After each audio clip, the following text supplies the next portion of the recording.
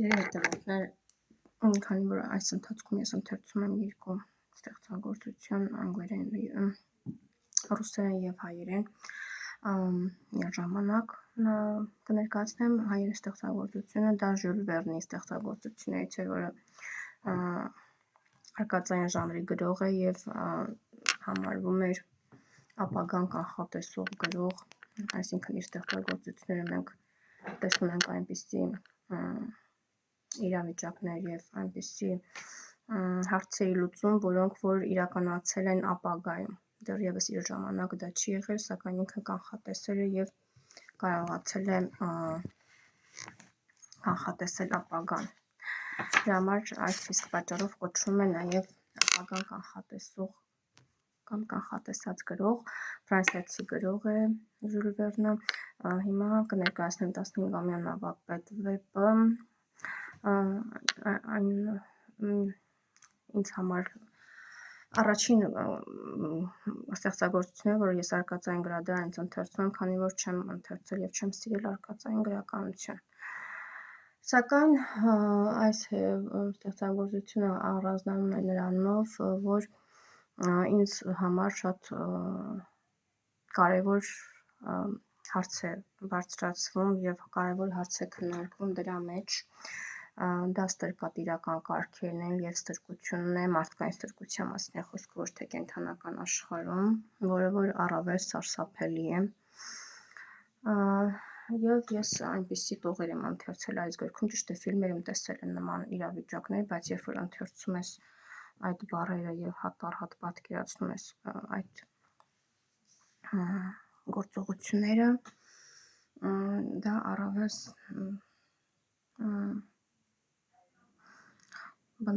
առավել սարսափելի է իրավիճակը պատկերացնել կարդալով, ընթերցելով եւ պատկերացնելով, թե մարդ արարած ինչքան տականք կարող է լինել իրականում։ Եվ ես համաձայն եմ այն մտքի հետ, որ մարդուց ավելի առավել զզվելի գազան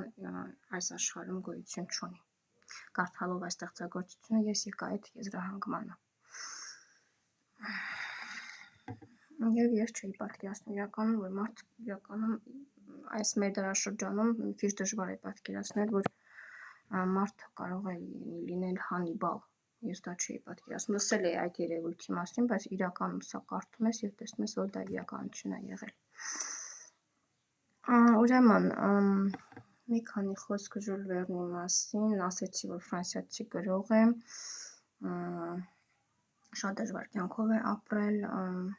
եւ իր հիմնականում, քանի որ չի կարողացել ճանապարհորդել եւ չի կարողացել իրականում իր կյանքը իրականում ապրել, այնպես ինչպես ինքը ցանկացել է ապրել, այդ ամենը ինքը իր ստեղծագործությունների մեջ է իրականացրել։ Եվ այստեղ մենք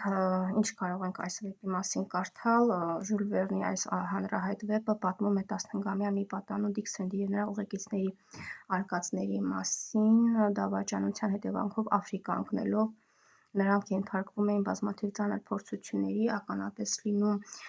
ստրկավաճառության զահրուլել տեսարանների, բայց չեն կորցնում հոգու արիությունը եւ մարդկային արժանապատվությունը։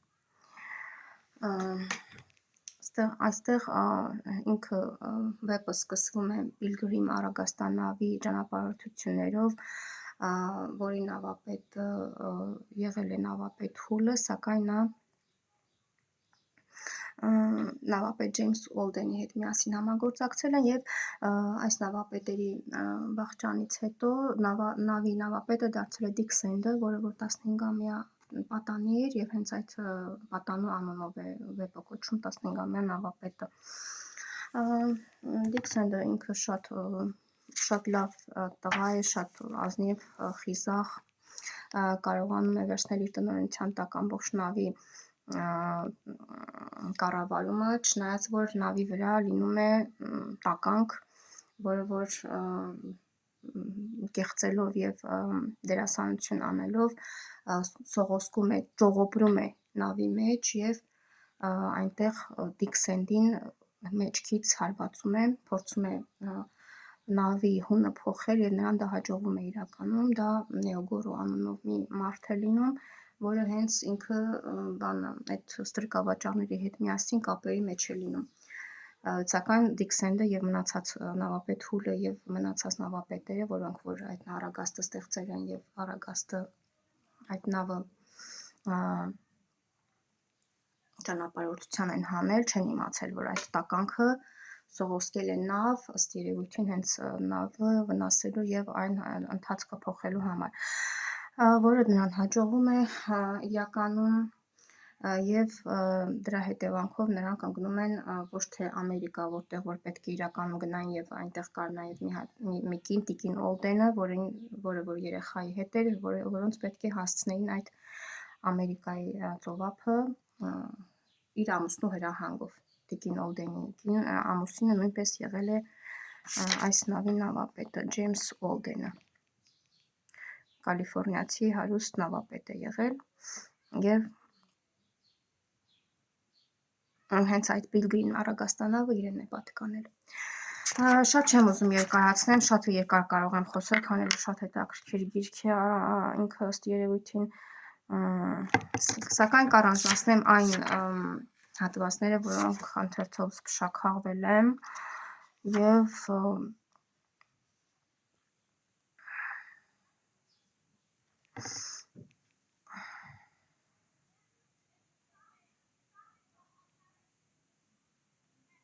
Դիքսենդի մասին մի փոքր ասեցի, կարող եմ նաև ընթերցել համարձակ եւ ոչ թե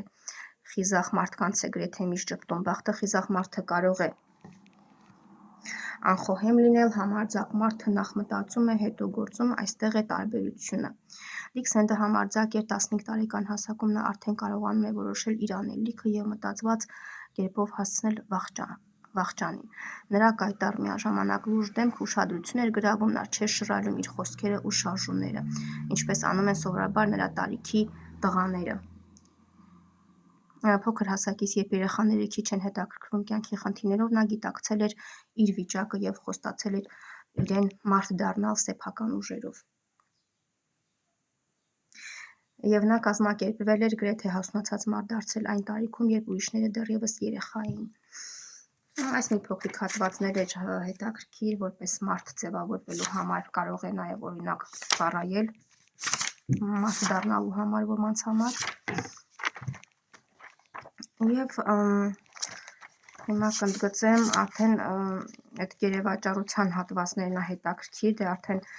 գիրքը ինքնըստինքյան դուք կարող եք ընթերցել կամ դիտել ֆիլմը, համանուն ֆիլմն էլ կա իմիջայլոց, եթե հոգնում եք ընթերցել։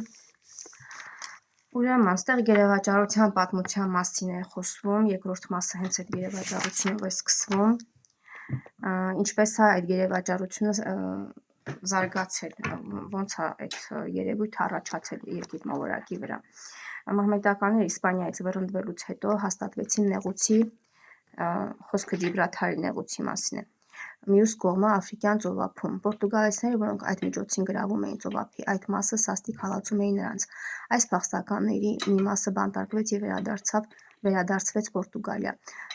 Ընկերակցելով նրանց դարձան աֆրիկյան ստրուկների այն առաջին կորիզը, որը կազմեց Արևմտյան Եվրոպայում մեր դարաշրջանի սկզբին։ Սակայն այդ մահմեդականները պատկանում են մեծ մասամբ հարուստ ընտանիքների, որոնք ցանկացան ետ գնել նրանց ոսկով։ Պորտուգալացիները մերժեցին ընդունել այդ փրկանքը, ինչքան էլ մեծ լիներ գումարը, ինչներին էր պետք օտար ոսկին։ Նրանց պակասում էր նորաստեղծ գաղութներում աշխատող ձեռքը կամ ավելի պարզ ասած ստրուկների աշխատանքը։ Մահմեդական ընտանիքները չկարողանալով ետ գնալ իրենց գերի ազգականներին, չկարողանալով գնել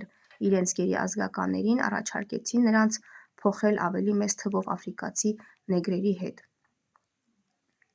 որոնց ձեռք բերելը խիստ հեշտ էր։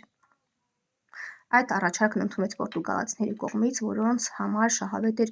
փոխանակությունը եւ այդպիսով ահա գերեվաճառությունը հաստատվեց Եվրոպայում։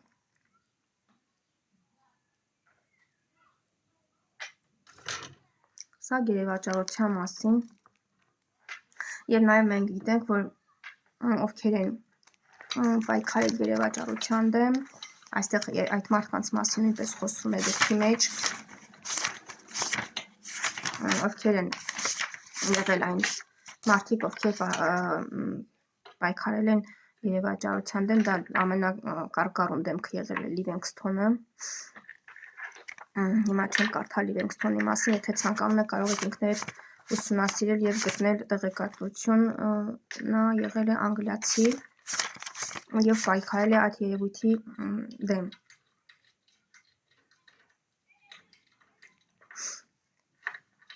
Եվ ահա սարսափազդու այն տեսարանները, որոնք այստեղ նկարագրում է, պատահում էր, որ դերևս ուժեղ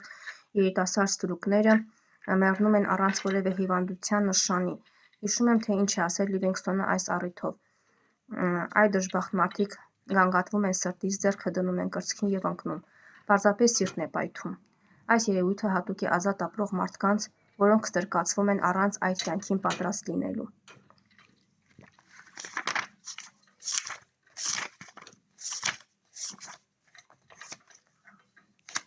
Եվ այստեղ մի հատ հատված է, որ նույնպես հետաքրքիր եւ ինձ վրա տպավորություն գործեց, կեսօրի մոտ Ալվեցը հրամայեց հրապարակ բերել այն ստրուկներին, որոնցից ուզում էր ազատվել։ Ըստ Ալվեցի այդ ստրկավաճառներից մեկն է եղել, գլխավորներից մեկը։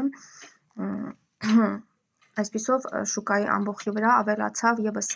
ամեն տարիքի 2000 դժբախտ մարդ, որոնց գերեվաճառը բարակներում պահում էր մի քանի ամիսից ի վեր։ Այդ պահեստի ապրանքը վատ վիճակում չէր։ Երկար հանգիստը, բավարար ուտելիքը բարձրացրել էին ստրուկների շուկայական գինը, իսկ վերջին եկողները չէին կարող համեմատվել նրանց հետ։ Եթե մի ամիս բարակներում մնային, անշուշտ ավելի մեծ շահով կվաճառվեին, բայց արևելյան ծովափի պահանջը այնքան մեծ էր, որ Ալվեցը որոշեց նրանց ցուցադրել այնպես, ինչպես կային։ Այսինքն այդ մարդկանց, եթե իրանք ավելի լավ էին պահում, ավելի բարձր գնով կարող էին վաճառել։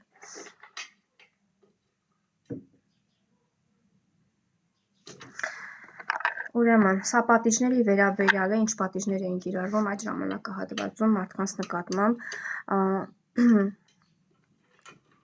Նախ եւ առաջ աչքի էր ընկնում այն երևույթը, որ այդ վայրենիները, որոնք քայլելիս շարժում էին իրենց տիրոջ նման, զրկված էին մարմնի որևէ մասից։ Մեկը ականջից, մի ուրիշը աչքից, երրորդը քթից, չորրորդը ձեռքերից։ Ոչ մեկը լրիվ կազմով չէր։ Այդ նրանից էր, որ Կազոնդեում երկու տեսակ պատիժ էր կիրառվում՝ անդամահատություն կամ մահապատիժ, եւ դա կախված էր թագավորի քմահաճույքից։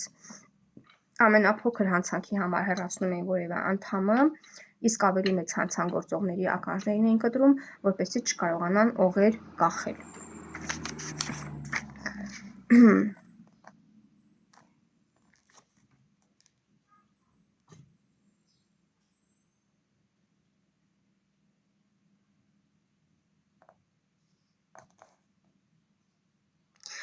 Ուրեմն, Կենտրոնական Աֆրիկայի մի շարք շրջաններում մարդակերությունը դեռևս բացահայտորեն շարունակվում է։ Լիվինգսթոնը այդ մասին խոսում է իր ուղևորական հուշերում։ Լուալաբայի ափերին ապրող մանիեմանները ոչ միայն ուտում էին կռվի դաշտում սպանված մարդկանց, այլև ստրուկներ են գնում ուտելու համար, ասելով. «Մարդու միսը մի քիչ աղի է եւ համեմունքի քիչ կարիք ունի»։ Այդ մարդակերներին Քեմերոնը ևս պատահել է Մոնե Բուգայի մոտ, որտեղ մարդկանց դիակներն ուտում են մի քանի օր հոսող ջրի մեջ պահելուց հետո միայն։ Քեմերոնն էլ Լիվինգսթոնի պես պայքարել է ստրկատիրության դեմ։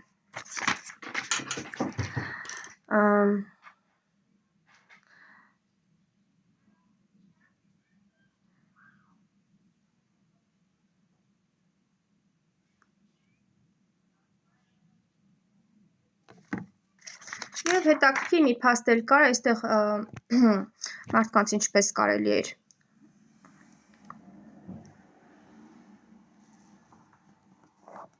այրել։ Ալկոհոլով խորապես հագեցած մարմինների այրումը միայն թեթև եւ կապտավուն բոց է առաջացնում, որը ջրից չի հանգչում։ Եթե նույնիսկ դրսից հաջողվեր հանգցնել, այրումը կշարունակվեր ներսից։ Երբ ալկոհոլը թափանցում է բոլոր հյուսվածքների մեջ, ոչ մի հնար չկա կանգնացնելու այրումը։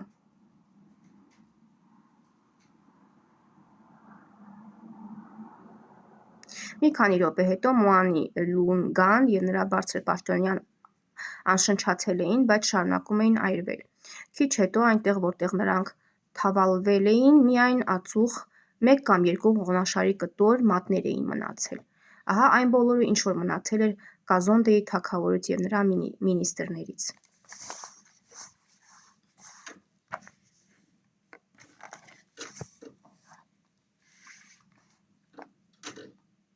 Առաջին անգամ չէր, որ նրանք իրենց նմաններին այրել էին խարույկի վրա, և նրանցից ամենածերերը չէին կարող մոռանալ, թե խոհարարական ինչպիսի նախապատրաստություն էին արել մարդակերությունից առաջ։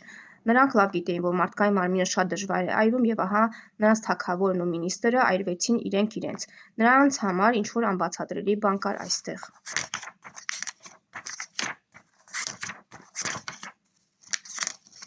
Այսքանը, սիրելի հետևորդներ, շատ չեմ ուզում մանրակրկիտ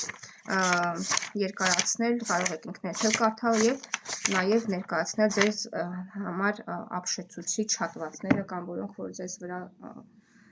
առավել տպավորություն են գործել, կամ զարմացրել են, կամ ապշեցրել են, կամ ստիպել են ձեզ փշաքաղվել մարդկային ստոր արարած լինելու փաստից, կամ ամենավատ գազանը լինելու փաստից։ Կարող եք, դեռ չեմ վերջացել, ընթացքի մեջ է, համենայն դեպս չգիտեմ ինչպես կվերջանա ստեղծագործությունը, հուսով եմ, որ Դիքսենտը կփրկվի, այդ նավապետը, որ այժմ ընկել է աֆրիկյան այդ վայրենի ցեղերի տնօրինության տակ, և նաև տիկին Օլդենը և փոքրիկ երեխան Ջեկը, որոնք այժմ պայքարում են իրենց կյանքի համար։